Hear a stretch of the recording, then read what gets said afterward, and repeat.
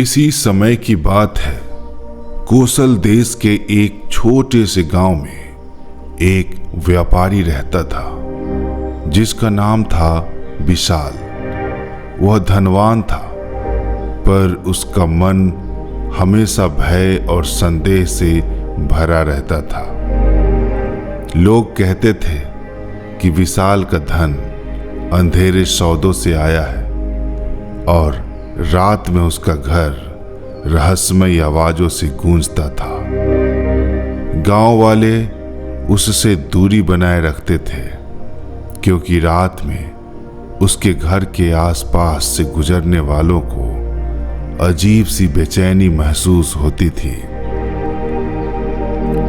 एक रात जब आकाश में बादल गरज रहे थे और बिजली चमक रही थी, विशाल ने अपने घर में एक अनजान व्यक्ति को देखा। वह व्यक्ति काले कपड़ों में लिपटा हुआ था और उसका चेहरा छाया में छिपा हुआ था। विशाल ने डरते हुए पूछा, तुम कौन हो? कौन हो तुम? मेरे घर में क्या कर रहे हो? उस व्यक्ति ने कोई जवाब नहीं दिया, बस एक रहस्यमय मुस्कान के साथ अंधेरे में गायब हो गया। विशाल का दिल जोर जोर से धड़क रहा था। क्या यह कोई चोर था या फिर कोई आत्मा जो उसके धन के पीछे आई थी? अगली रात फिर वही हुआ। विशाल ने अपने घर के एक कोने में उस काले कपड़े वाले व्यक्ति को देखा।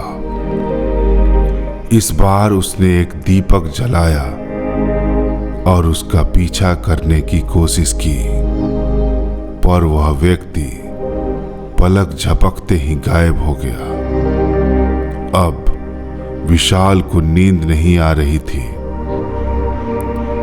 हर रात वह उस रहस्यमय व्यक्ति की प्रतीक्षा करता और हर बार वह उसे अलग अलग जगहों पर दिखता। कभी खिड़की के पास, कभी आंगन में, कभी सीढ़ियों पर, तो कभी छत पर। विशाल का डर बढ़ता जा रहा था। उसने सोचा, क्या यह मेरे पापों का फल है? क्या मेरे धन ने मुझे अभिशाप दे दिया है? गांव वालों ने भी इस बात को भांप लिया। कुछ ने कहा विशाल के घर में कोई भूत रहता है, तो कुछ ने कहा कि यह कोई पुराना शत्रु है जो उसे डराने आता है। विशाल ने कई तांत्रिकों और ओझाओं को बुलाया, पर कोई भी उस रहस्य को सुलझा नहीं पाया। आखिरकार हताश होकर वह भगवान बुद्ध के पास गया, जो उस समय पास के एक वन में ध्यान मग्न थे। विशाल ने बुद्ध के सामने अपनी व्यथा रखी। उसने बताया कि कैसे वह हर रात उस रहस्यमय व्यक्ति को देखता है और कैसे उसका जीवन डर के साये में जी रहा है।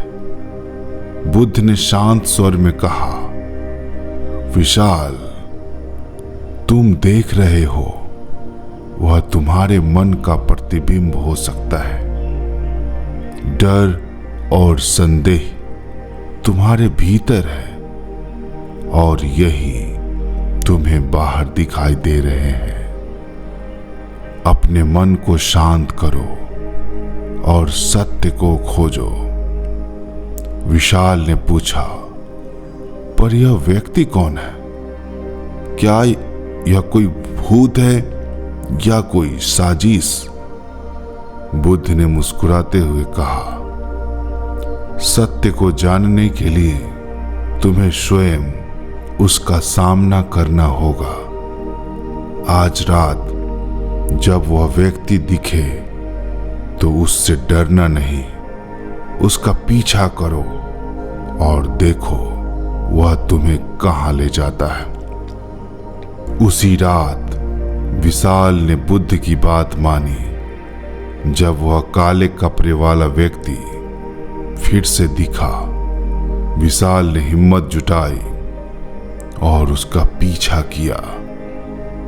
वह व्यक्ति तेजी से घर के पीछे के जंगल की ओर भागा। अंधेरे में पेड़ों की छाए और हवा के सनसनाहट ने माहौल को और भयावह बना दिया। विशाल का दिल जोर जोर से धड़क रहा था, पर वह रुका नहीं। आखिरकार वह व्यक्ति एक पुराने टूटे फूटे मंदिर के पास रुका। वहां उसने विशाल की ओर देखा और धीरे धीरे अपनी टोपी हटाई। विशाल चौंक गया। वह व्यक्ति कोई और नहीं, स्वयं विशाल की तरह दिखता था। तुम मैं ही हूं, विशाल ने कांपते स्वर में पूछा। उस व्यक्ति ने कोई जवाब नहीं दिया, बस एक गहरी सांस ली और गायब हो गया।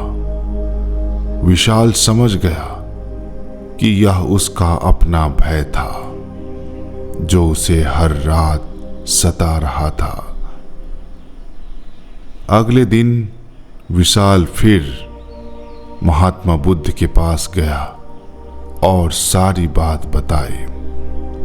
बुद्ध ने कहा, विशाल, तुम्हारा डर तुम्हारे लालच और अपराध बोध से जन्मा था। तुमने अपने धन को अनुचित तरीके से कमाया और यह अपराध बोध तुम्हें हर रात उस व्यक्ति के रूप में दिखाई देता था।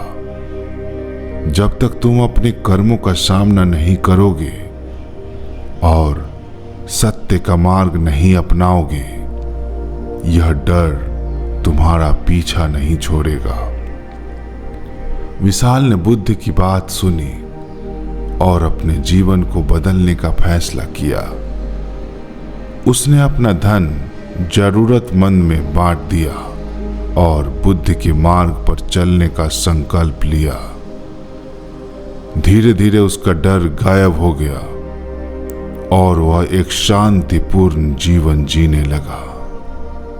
यह कहानी हमें सिखाती है कि हमारे डर और संदेह अक्सर हमारे अपने मन की उपज होते हैं। सत्य का सामना करने और अपने कर्मों को सुधारने से ही हम सच्ची शांति पा सकते हैं।